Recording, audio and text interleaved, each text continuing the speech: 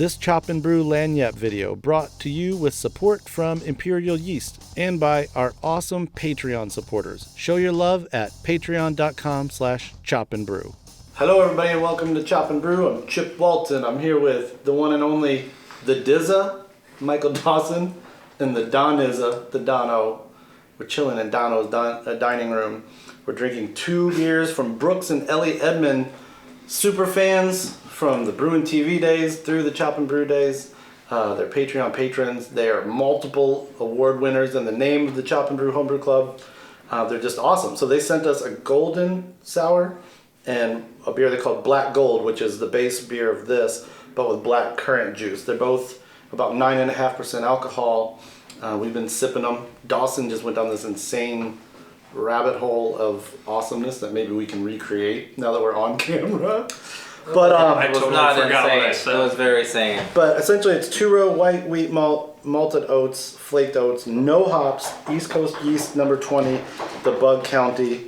They did a really high mash at 158 for 60 minutes, mashed out, sparged. They steeped a half pound of flaked oats kind of separately as the mash or the runoff wort was coming off the boil. So they hit it with this like very unconverted batch of starchy juice, right? He calls it a faux turbid mash. It's a good idea. We'll put all of this in a blog post / recipe underneath because it's actually like 2 pages and like 3 years of discussion. But either way, they were brewed in late 15, bottled.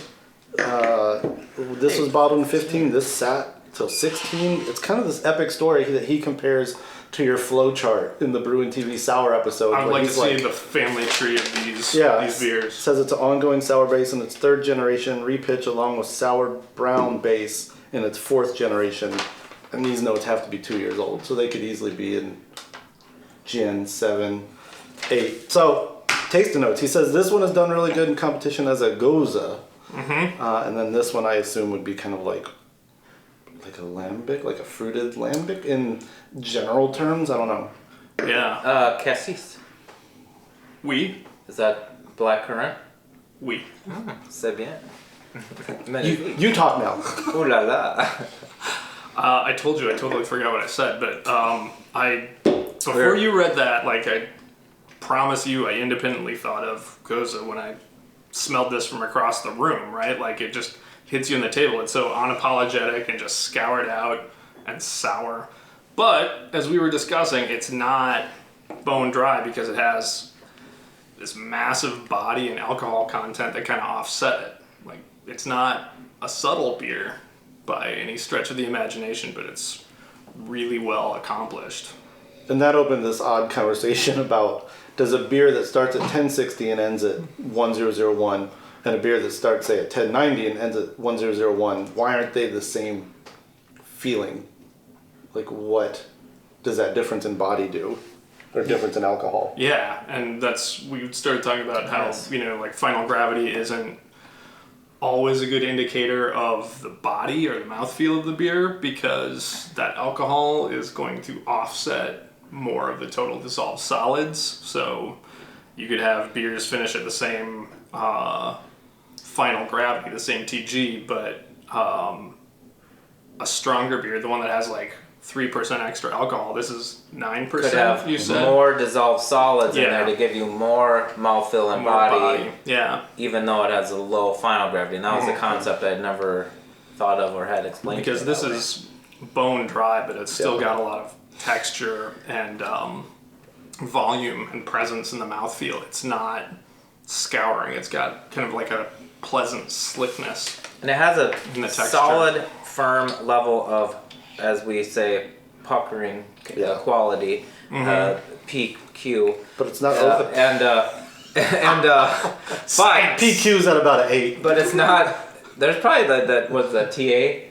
Or whatever that rating is. Total acidity. But it's not too much. I mean, I have had even something that I've made that over time got too much acetic acid. It was too puckering. It was not a good beer anymore. This still is drinking like a beer that you would be familiar with, like you were saying, like some sort of Belgian Lambic Gouze type beer. What about what's it going to be like in 10 years? it could be a total monster in 10 years. I don't know. I wonder if they have some around. What do you think about the black currant version?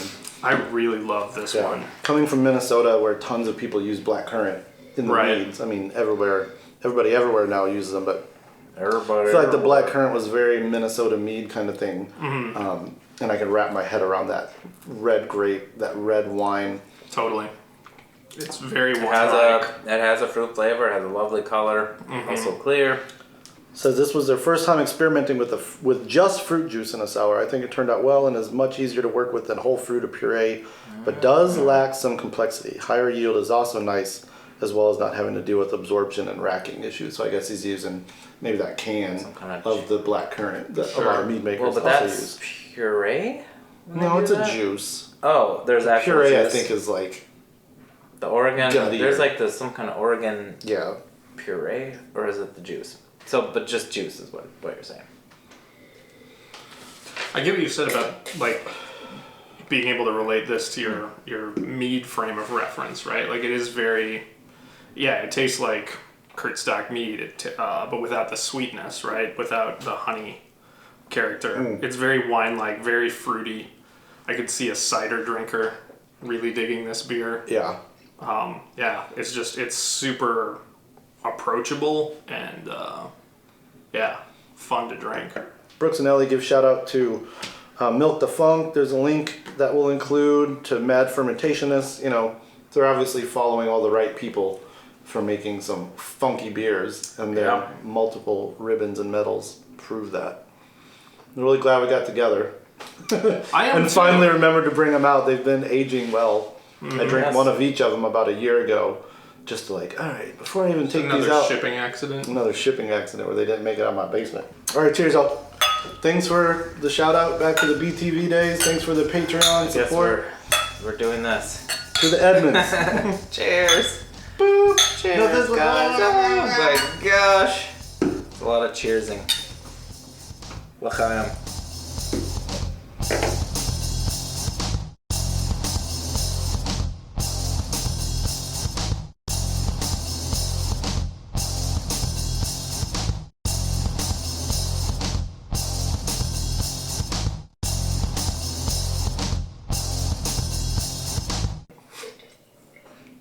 They also sent a bottle of orange cello and limoncello that they wanted Don to taste. That would have been 3 years ago, and that did also not make it out of the basement.